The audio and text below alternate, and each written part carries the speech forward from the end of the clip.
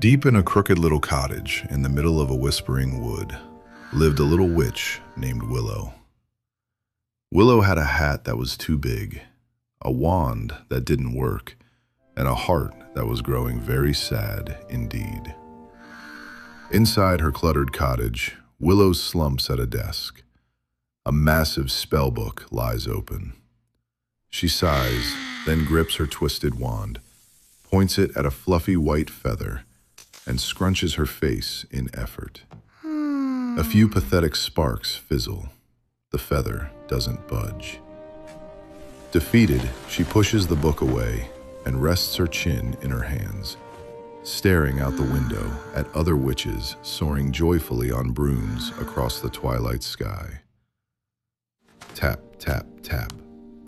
A small spectacled owl, Hoot, peers in, his head tilted with concern. Willow opens the window. Hoot hops onto the desk, waddles past the feather and wand, and looks at her meaningfully.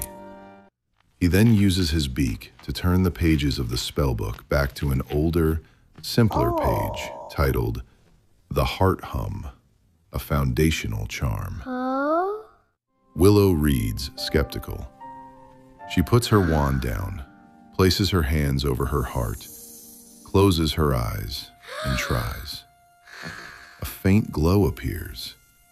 Startled, her eyes fly open, and the glow vanishes. Hoot isn't done. He nudges a sad, wilted potted plant on the windowsill toward her. It's hard to find a hum in your heart when you're only thinking of what you've lost. But a little witch's best friend knows that to make magic grow, you must first care for something smaller than yourself. Willow tries again, hands on her heart. This time, she remembers. The day she found Hoot with a tangled wing. A warm, steady, pinkish gold glow blossoms in her palms. She moves her glowing hands over the wilted plant. The light drips from her fingertips like luminous honey onto the soil. A green shoot pops up, then another. Leaves unfurl, vibrant and healthy. The plant blooms. Willow gasps, hands to her mouth, a real smile breaking through. Emboldened, she turns to the white feather. She holds out her hands, palms up.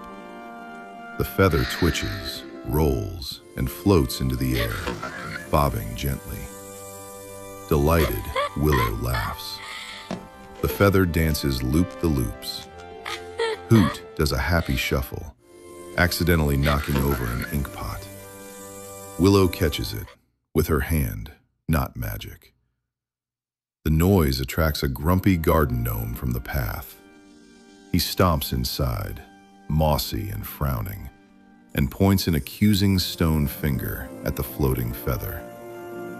Willow looks at him. She doesn't see a nuisance. She sees lonely moss. A new, silvery, sparkling glow lights her hands. She blows the sparkles at the gnome like a kiss. They settle on his moss, which erupts into a coat of tiny, colorful wildflowers. The gnome looks down, astonished. His stony frown curls into a delighted smile. He pats his flower coat and gives Willow a stiff, grateful bow before prancing out. And so, Willow discovered her magic wasn't in the wand or the words, but in the wish to make things better. And news of that kind of magic travels on very fast, tiny feet. A family of distressed squirrels chitters at her window, pointing to a great ancient oak tree sick with sticky, black gloom blight. Willow places her hands on the sick tree's bark. A deep, emerald green glow spreads from her touch, cleansing the blight. The tree is healed. New leaves sprout. The squirrels swarm Willow, nuzzling her in gratitude. The other witches return on their brooms, laughing about complex spells. They stop, stunned by the flower gnome, the healed tree, the celebrating squirrels.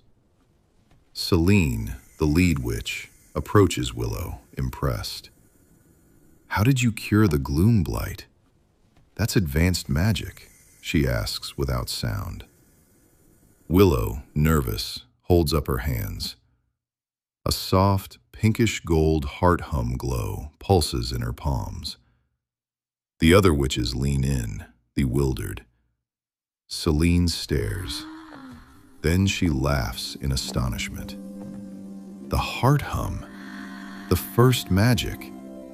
We're taught to skip it to get to the real spells. That night, the witches sit in a circle outside Willow's cottage, without their wands, hands over their hearts.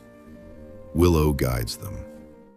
One by one, soft glows ignite in their palms. Back inside, Willow gently places her twisted wand on top of the closed spellbook, not as a tool of failure, but as an honored part of her story. Later, Willow sits on the windowsill, Hoot asleep on her shoulder. In her hands, a perfect dandelion puffball. She grins, takes a deep breath, and blows. The seeds float out the window, each one sparkling with a tiny mote of her golden heart hum magic, drifting into the wood to grow. Willow watches them go, her smile bright, confident, and peaceful. A true witch at last. And so, the little witch who couldn't cast a spell taught everyone the oldest magic of all. For the greatest power isn't in making feathers fly, but in helping hearts, and even grumpy garden gnomes, remember how to bloom.